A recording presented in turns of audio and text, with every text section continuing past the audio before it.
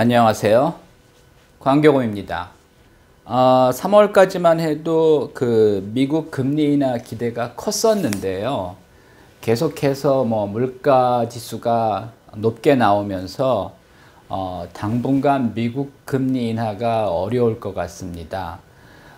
이번 금리 인상은, 그러니까 이제 22년 이후부터 이제 금리 인상은 사실은 우크라이나 전쟁이 이제 결정적인 계기가 됐죠. 우크라이나 전쟁이 나면서 유가와 곡물가가 급등하면서 전 세계가 이제 인플레이션 상황으로 들어갔고요. 그래서 이제 각국 중앙은행들이 이제 금리를 인상할 수밖에 없는 그런 상황이었는데, 사실 우크라이나 전쟁 영향은 지금 어느 정도 진정이 됐습니다. 여전히 유가나 곡물가가 전쟁 전보다는 비싸지만은 하여튼 최근에는 조금 안정세를 보이고 있는데, 여전히 여러 가지 요인들이 있습니다. 사실은 우크라이나 전쟁이 가장 중요한 원인이지만은 코로나 이후 그 초저금리 상황에서 양적 완화를 많이 했습니다. 지금 그 돈들을 한꺼번에 걷어들일 수가 없죠. 조금씩 걷어들이고 있지만 한꺼번에 이제 걷어들일 수가 없기 때문에 통화량 자체가 지금 많이 늘어나 있는 상태고요.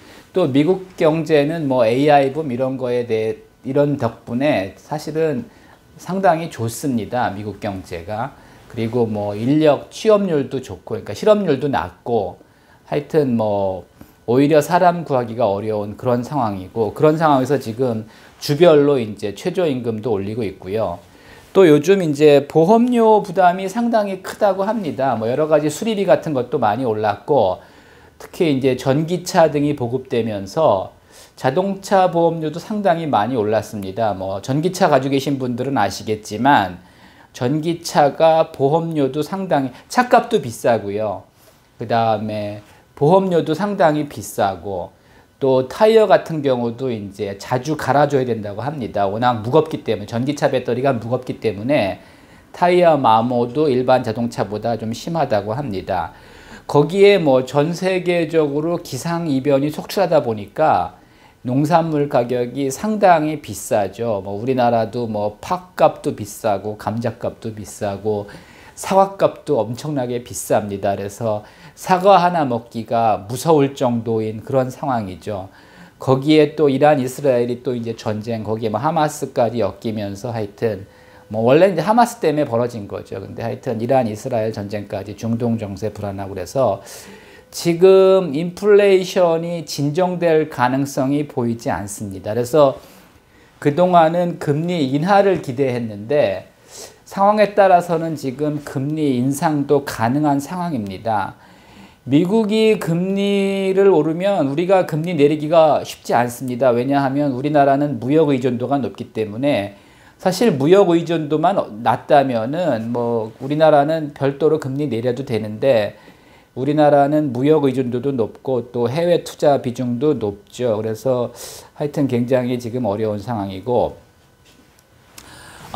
미국 국채 30년물이 있습니다. 미국 정부가 발행한 국채죠. 20년에 발행했고 이제 50년 만기인데, 20년에 발행할 때는 금리가 낮아서 1.25%, 그러니까 쿠폰 금리가 1.25%였습니다.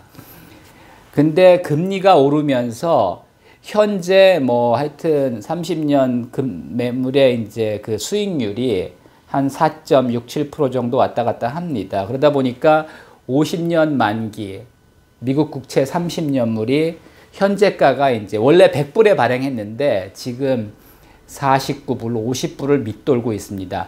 물론 이제 만기까지 보유하면 원금 100불 주고요. 매년 이자 1.25%까지 줍니다. 근데 하여튼 현재는 이렇게 반토막이 나 있는 상황입니다. 그래서 이제 이렇게 채권 가격이 많이 떨어지면 이제 금리가 올라가면은 새로 발행하는 채권은 유리하죠. 발행자 입장에서. 아니, 그러니까 그 투자자 입장에서. 발행자 입장에서 이제 불리하고요.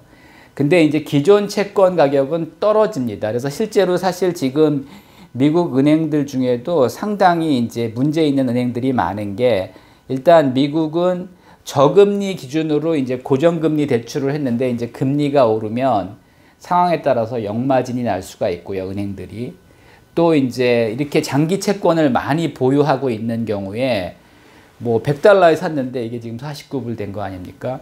그러니까 이제 굉장히 심각한 상황이 발생할 수도 있습니다. 지금 뱅크 오브 아메리카가 채권 평가 손실이 1000억 불이 넘는다고 합니다. 그래서 뭐 다른 은행들도 뭐 차이는 있겠지만 채권도 상당히 보유하고 있죠.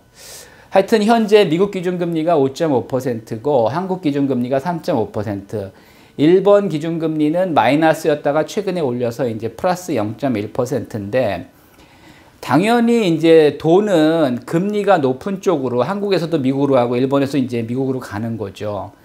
그러다 보니까 달러는 강세가 되고요. 원화는 약세가 되고 엔화도 약세가 됩니다. 지금 우리가 환율만 문제 없다면 국내 경기를 고려한다면 한국은 금리 한 1, 2%로 가는 게 맞는데 기준금리 기준으로요. 근데 이렇게 갈 수가 없습니다. 지금도 이렇게 결국은 미국이 5.5%까지 올렸는데 우리가 지금 3.5%에서 멈췄거든요. 그러면서 결국은 사실은 돈이 이제 미국으로 빠져나가는 상황이고 그러다 보니까 이제 달러 강세, 원화 약세고요. 뭐 엔화 당연히 약세가 돼야 되는 거죠, 엔화는. 그래서 뭐 엔화가 많이 내렸기 때문에 최근에 엔화 사신 분들도 많은데 뭐 하여튼 뭐 어떤 전문가는 1달러에 200엔까지 갈 거라고 얘기하는 분도 있습니다. 그리고 실제로 1985년 플라자 합의 때 한 1달러에 한 250엔이었거든요. 그게 79엔까지 갔다가 지금 다시 이제 154엔에 와 있습니다. 하여튼 지금 상황이 상당히 복잡한데 결론적으로 당분간 금리 인하도 어렵고 환율도 불안하기 때문에 주식이 잘 되기도 어렵고 부동산이 잘 되기도 어렵습니다. 부동산도 뭐 요즘 거래가 별로 없습니다. 그래서 하여튼 당분간은 리스크 관리에 뭐 신경을 써야 될 것 같습니다. 참고하시기 바랍니다.